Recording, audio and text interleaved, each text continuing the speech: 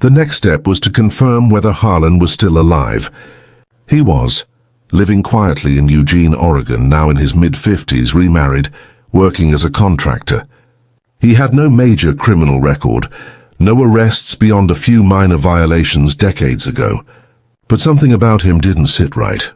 Sarah reopened old witness statements. One from 2005 mentioned a man in a green pickup truck parked across the street from Emily's cafe around closing time. The description was vague, but when she checked old vehicle registrations, Harlan had owned a 1998 Ford Ranger, dark green, piece by piece. The past began to line up. Sarah brought the case to the Jackson County District Attorney's Office, requesting permission to reopen it formally. She also reached out to retired Detective Keene, asking if he remembered Harlan. He did. In fact, he remembered interviewing him briefly during the early weeks of the investigation. He said he barely knew her, Keene recalled. Said he just fixed a few things in her shop and moved on. There had been no reason to suspect him back then. His name had simply faded into the noise of dozens of interviews. With the DA's approval, Sarah arranged for covert DNA collection. Investigators followed Harlan over the next several weeks, watching him from a distance. One morning he stopped at a cafe in Eugene and tossed his coffee cup in a public trash bin. Detectives retrieved it minutes later, sealed it, and sent it to the lab. The results came back 3 weeks later. It was a direct match to the DNA found in Emily Carter's car. When Sarah saw the confirmation report, she just sat there for a long moment staring at the page. After nearly 20 years, they finally had their man. Detectives coordinated with Eugene Police and the Oregon State Police to plan the arrest. On a cold February morning in 2024, officers surrounded Harlan's home. He stepped outside in work boots and a flannel shirt, surprised to see flashing lights on his street. When detectives read him his rights, he didn't resist. He only looked down and muttered, "It's been a long time." At the Jackson County Sheriff's Office, he sat in a gray interview room for hours, mostly silent. When confronted with the DNA evidence, he leaned back, exhaled slowly, and said, "I didn't mean for it to happen." Those words changed everything. Detectives leaned in. Sarah, calm but firm, asked him to explain. And slowly, piece by piece, Harlan began to tell a story that had been buried since that foggy October night in 2005. He said he had stopped by the cafe that evening, claiming he'd left some tools behind after a previous repair job. Emily was closing up. They talked briefly. Nothing heated at first, but when she refused to let him in, saying she needed to get home, something snapped. He followed her as she left, tailing her car out toward the lake. There, on the dark stretch of road, she pulled over, maybe sensing she was being followed, and confronted him. According to his confession, things escalated fast. He claimed it wasn't planned, that anger and alcohol clouded his mind. He struck her, panicked, and dragged her off the road into the woods. When she stopped moving, he realized what he'd done. He hid her body near the lake and fled. He led detectives to the exact spot, now overgrown with brush and moss. After nearly 2 decades, forensic teams recovered skeletal remains. Dental records and DNA confirmed what everyone already feared. It was Emily Carter. News of the discovery spread across Ashland like wildfire. The small town that had carried Emily's memory for so long now faced the painful truth of what had really happened. Neighbors gathered at the cafe's old site, leaving flowers and candles where her sign once hung. Her mother, now in her 70s, returned to Oregon for the first time in years. Standing by the water's edge, she told reporters softly, "Now I can finally bring her home." Detective Keene, now gray-haired and slower in his steps, attended the press conference. When asked how it felt to see the case finally solved, he wiped his eyes before answering. "It doesn't bring her back," he said quietly, "but at least we kept our promise." In 2024, prosecutors charged David Harlan with first-degree murder. His trial began later that year, with the courtroom packed full of familiar faces from the old community. The man who once fixed Emily's lights was now the face of one of Oregon's longest unsolved murders. And though the verdict had not yet come, one truth already stood clear. After 2 decades of silence, the story of Emily Carter finally had an ending. When the trial of David Harlan began in the Jackson County Courthouse in late 2024, the courtroom was filled with quiet tension. Outside, autumn leaves had begun to turn, and a light rain streaked the windows, just as it had the night Emily Carter vanished 19 years earlier. Reporters filled the back rows, and locals who had followed the story for decades sat in uneasy silence. The small courtroom smelled faintly of polished wood and damp coats. On the left, Emily's family, her mother, her younger brother, and a few old friends, sat side by side, hands clasped tightly together. On the right sat Harlan, now 54, wearing a pale grey suit that looked too big for him. His once dark hair was streaked with silver, his posture stooped, his eyes hollow. The prosecution began with a simple statement.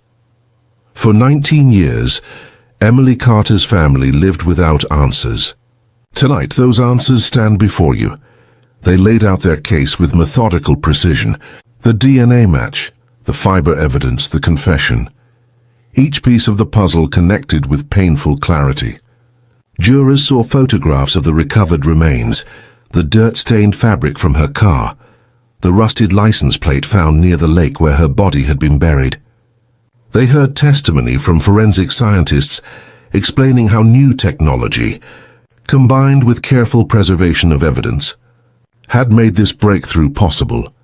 Detective Sarah Lynn took the stand, her tone steady but emotional. She described the process of reopening the case, how she found the old fiber sample, and how the DNA match led her to Harlan. It wasn't luck, she said. It was persistence. 20 years of people who refused to forget Emily Carter. Then came the confession tape. The courtroom grew utterly silent as Harlan's voice filled the speakers.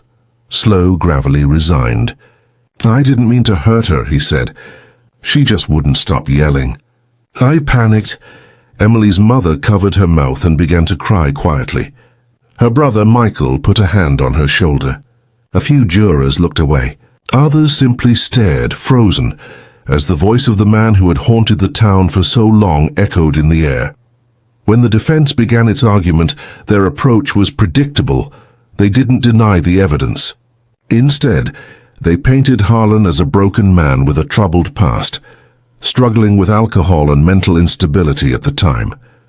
They asked for mercy, suggesting the act wasn't premeditated but a tragic moment of rage. The prosecutor, Karen Delgado, countered with calm but sharp precision. "Mercy," she said, turning toward the jury, "belongs to those who seek forgiveness. Mr. Harlan kept his secret for 19 years. He let this family suffer, let this community live in fear, and he never once came forward. That is not remorse. That is cowardice." Each day the courtroom became a place of quiet endurance. Emily's family attended every session. They watched photos of her projected onto the screen, smiling at her cafe counter, holding her dog, hiking the trails near Ashland. They listened to forensic experts, neighbors, and even retired Detective Keene, who testified about the original investigation. "We missed something," he said, voice breaking slightly. "And I've lived with that every day." The trial lasted 3 weeks. On the final day, the defense rested without calling Harlan to the stand. He never once turned to face Emily's family. The jury deliberated for just 7 hours before returning to the courtroom. The foreman stood, hands shaking slightly, and read the verdict. Guilty on all counts of first-degree murder. A sound rippled through the courtroom. Part gasp, part exhale. Emily's mother began to sob openly, clutching her son. Detective Lynn, seated a few rows back, closed her eyes and whispered a silent thank you. Judge Evelyn Carver, who presided over the trial, turned toward Harlan as she prepared to deliver sentencing. "Mr. Harlan," she said, her tone firm but measured, "you took a life full of promise. You deprived a family of their daughter, this town of its peace, and this court of its trust in humanity. You had years to tell the truth, and you chose silence. The law cannot undo what you did, but it can ensure you spend the rest of your life facing it. She sentenced him to life in prison without the possibility of parole.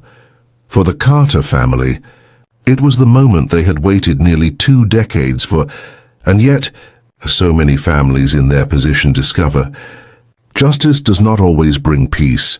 After the sentencing, they stepped outside into the cool November air. Reporters swarmed, cameras flashing, microphones extended.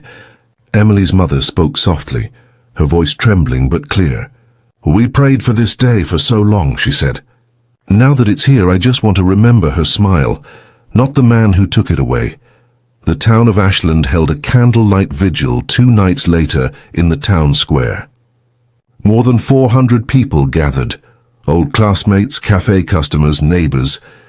The glow of candles reflected off tearful faces as a local singer performed one of Emily's favorite songs. For the first time in nearly 20 years, there was a sense of quiet closure. At the Jackson County Sheriff's Office, a framed photo of Emily now hangs in the hallway, next to a plaque that reads, "In memory of those who never stopped searching." Oregon, autumn 2005. The mist hung low over the pine-covered hills outside Ashland, wrapping the valley in a grey stillness that felt almost deliberate, like the world itself was holding its breath. In a quiet neighborhood just outside town, a young woman named Emily Carter was last seen locking up her small cafe on Lithia Way. She was 31, a local favorite known for her warmth, her deep laugh, and her dream of opening a second shop near the university. That night, the glow from her cafe sign faded into the fog as she drove off in her blue Subaru Outback. She never made it home. By sunrise, her car was found abandoned off a service road near Emigrant Lake. The driver's door stood slightly open, her purse and phone inside, but no keys, no sign of a struggle, just faint shoe impressions in the dirt leading toward the tree line and disappearing after 20 feet. Search teams combed the woods for days, dogs tracing faint scents that seemed to vanish in the wet earth. Emily's disappearance shattered the peace of Ashland, a small artsy town where everyone knew everyone else's routines.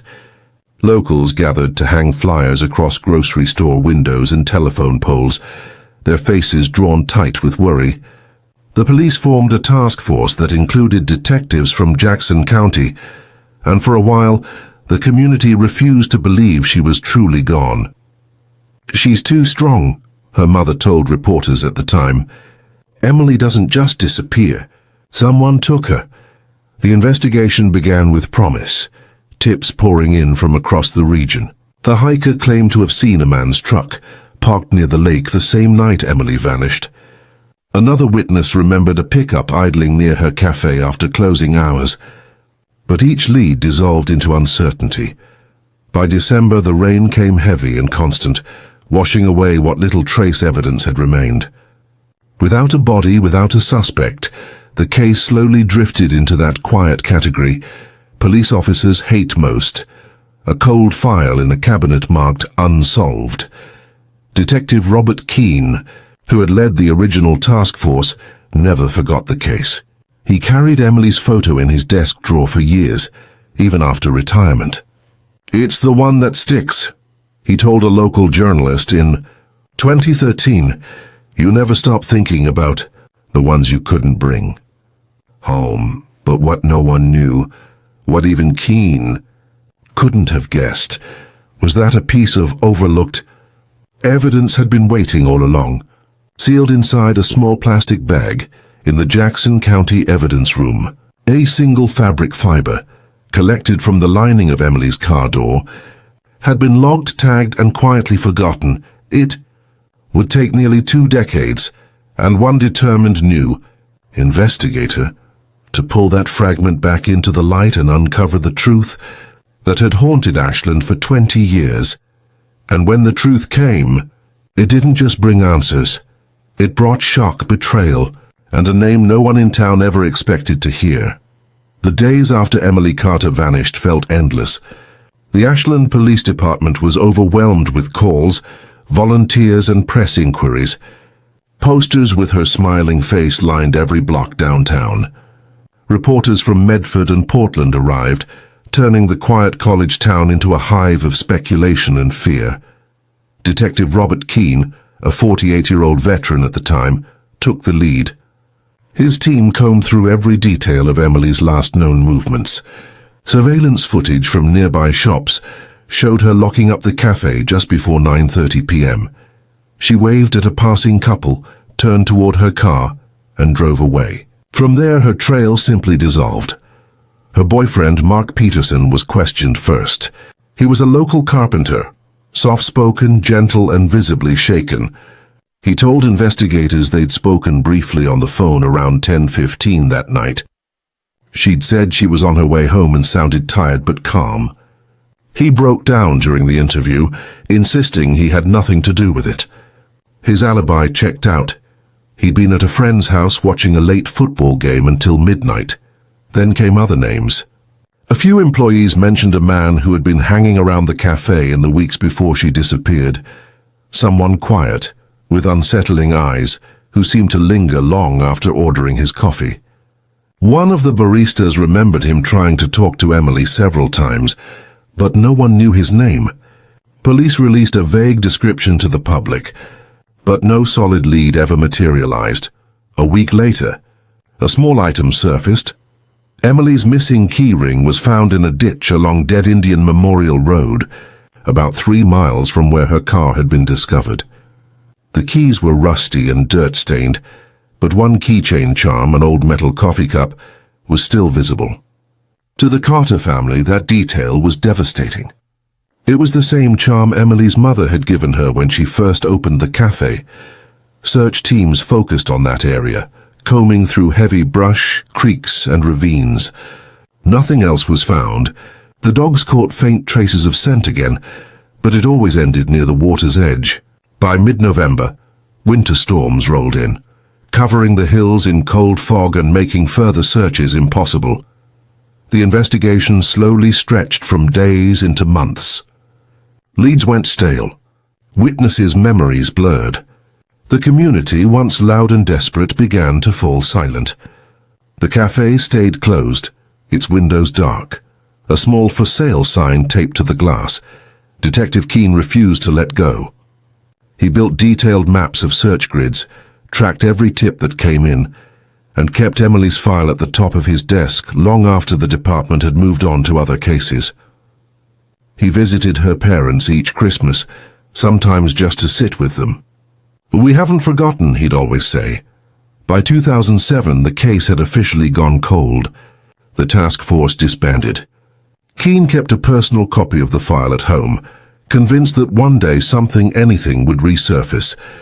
In 2012, he got a brief spark of hope. A man in Medford, already in custody for assault, claimed he knew what happened to Emily. He told police she'd been attacked by 2 men she knew and buried in the hills near Howard Prairie Lake. Detectives spent weeks checking his story, even digging in several locations he described. But the man was lying, trying to barter information for a reduced sentence. The tip turned out to be another dead end. Years continued to pass. The Carter family moved out of Oregon, unable to bear driving past the empty cafe. Keene retired in 2014, but he never stopped following developments in forensic science. He knew that one day technology might finally catch up to what investigators had missed back in 2005. And quietly, that's exactly what began to happen. In 2021, Oregon State Crime Lab underwent a review of unsolved violent crimes. They began re-examining old evidence with newer methods, touch DNA, microfiber analysis, and digital comparison systems that hadn't existed 2 decades earlier. That's when a young analyst, Detective Sarah Lynn, noticed Emily Carter's file buried in a batch of archived cases. She had grown up in Medford and remembered the story from childhood. Out of curiosity, she pulled the evidence log and noticed something odd. A sealed bag containing a single synthetic fiber collected from the inside of Emily's car door. It had never been tested. Sarah submitted it for advanced DNA and material testing. unsure if anything usable would still exist after nearly 20 years. Weeks later, the lab report came back and the results stunned everyone. The fiber carried microscopic traces of skin cells that didn't belong to Emily. It was a male DNA profile, partially degraded, but still viable enough for comparison. When entered into the national database, it produced a partial match, not to a known offender, but to a family line already in the system. That meant one thing. Whoever had been in Emily's car that night shared genetic markers with someone already recorded. For the first time in nearly 2 decades, the case of Emily Carter had movement. Detective Lynn reopened the file, tracking down every original investigator still alive, including retired Detective Keene. When she called him, his voice broke. "I knew she'd come back," he said softly. But what neither of them knew then was how deeply this discovery would shake the town once more, because the man connected to that DNA wasn't a stranger lurking in the shadows. He was someone from their own circle, someone everyone thought they knew. Detective Sarah Lynn sat in her office late one evening, the only light coming from her computer screen. Emily Carter's case file lay open beside her. Yellowed pages, faded photos, old interview notes. 20 years of silence had lived in those pages, and yet suddenly it all felt alive again. The partial DNA match from the fiber wasn't a full hit, but it pointed her in a direction, toward a family line with roots in southern Oregon. The match came from a man already in the national system for a minor theft conviction in 2010.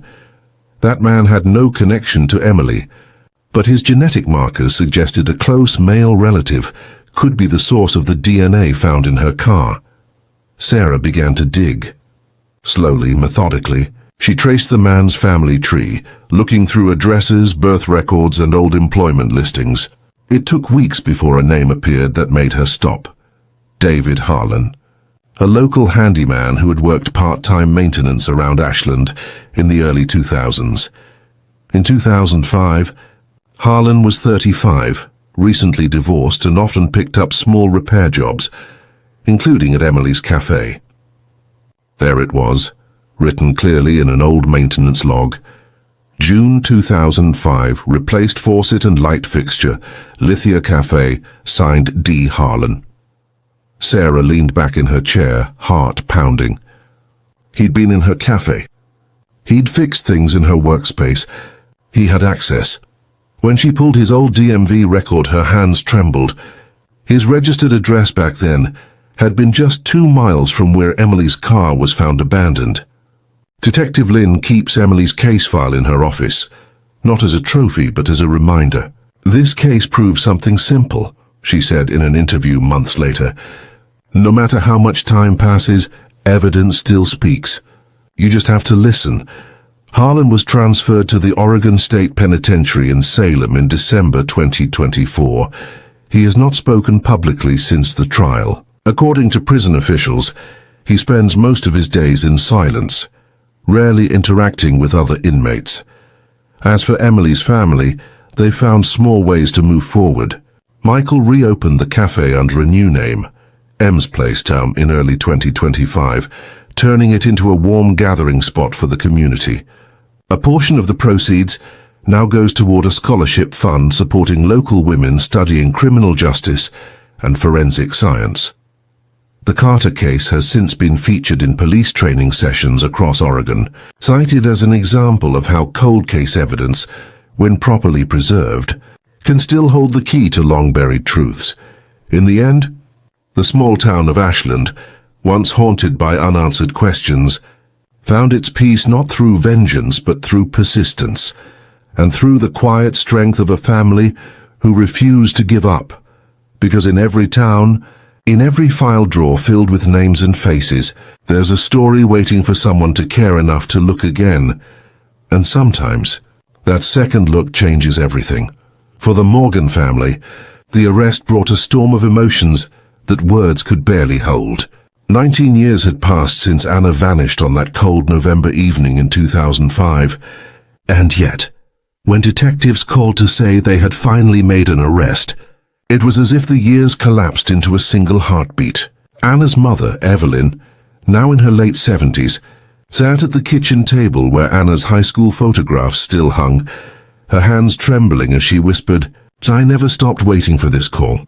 Her husband, Frank, stared out the window toward the orchard that had grown quiet over the years, the same fields their daughter once helped harvest. For them, the news didn't bring joy, just the release of a breath they had been holding for nearly 2 decades. The suspect, Michael Trent, was 58 when police knocked on his door in Eugene, Oregon. Once a well-known construction contractor in the area, Trent had lived a seemingly ordinary life, a wife, 2 grown children, and a reputation for being dependable. But inside his garage, detectives found the key to unraveling everything. A locked metal trunk containing items that once belonged to Anna Morgan, her silver bracelet, her college ID card, and a torn piece of the jacket she'd been wearing the night she disappeared. Those items had been missing from evidence for nearly 2 decades. When DNA testing confirmed Trent's link to both the recovered items and to skin cells found under Anna's fingernails, the truth that had hidden for 19 years finally came into view. The courtroom in Lane County was silent when Trent entered in handcuffs for his arraignment. Reporters filled the benches, and behind them sat members of the Morgan family, their faces worn but resolute. Evelyn clutched the same small cross pendant she had worn every day since 2005. Frank, now walking with a cane, sat beside her, saying little, his gaze fixed on the man who had taken their daughter's life and lived free among them for so long. Anna's younger brother, Daniel, had flown in from Colorado, where he now worked as a firefighter. He stood at the back of the courtroom, arms crossed, his jaw tight. He had been 12 when Anna disappeared, a child who spent years believing she might still come home. Seeing Trent in person shattered that final illusion. The prosecution's case was powerful and precise. New DNA analysis, combined with decades of preserved evidence, painted a picture of a man who had known Anna through casual work at her family's property, someone who'd helped repair the barn roof the summer before she vanished. Investigators found that Trent had a history of violence toward women that had gone largely unreported, hidden behind a veneer of small-town respectability. Several witnesses came forward after the arrest, describing incidents they'd never connected until now. A co-worker who saw scratches on his face days after Anna's disappearance, a neighbor who recalled his truck parked near the old river road the night she went missing. None of it had been enough to charge him back then, but together with modern forensic results, the puzzle finally fit. During the trial, which began in late 2023, prosecutors displayed photographs that had been sealed for years, images from the original crime scene near the river bend outside of Salem, where Anna's body was discovered in 2006. The photographs were old and faded, but the pain they carried was fresh for everyone in that courtroom. Evelyn broke down quietly as a detective described the discovery in painstaking detail. Daniel, unable to listen any longer, left the room midway through testimony. For them, this was not closure. It was the reopening of a wound they had spent years trying to live with. When Trent's defense attorney addressed the court, he leaned on a single argument, that his client was too old, too frail and too remorseful to spend the rest of his life in prison. But the jury saw through it. After 3 weeks of testimony and less than a day of deliberation, they returned a unanimous verdict, guilty on all counts of first-degree murder and kidnapping. The judge's voice was steady as he delivered the sentence. Life in prison without the possibility of parole. He told Trent, "You stole not only a life but decades of peace from an entire family. Age is not mercy. The time you had, they did not." Reporters captured every moment outside the courthouse that day. When asked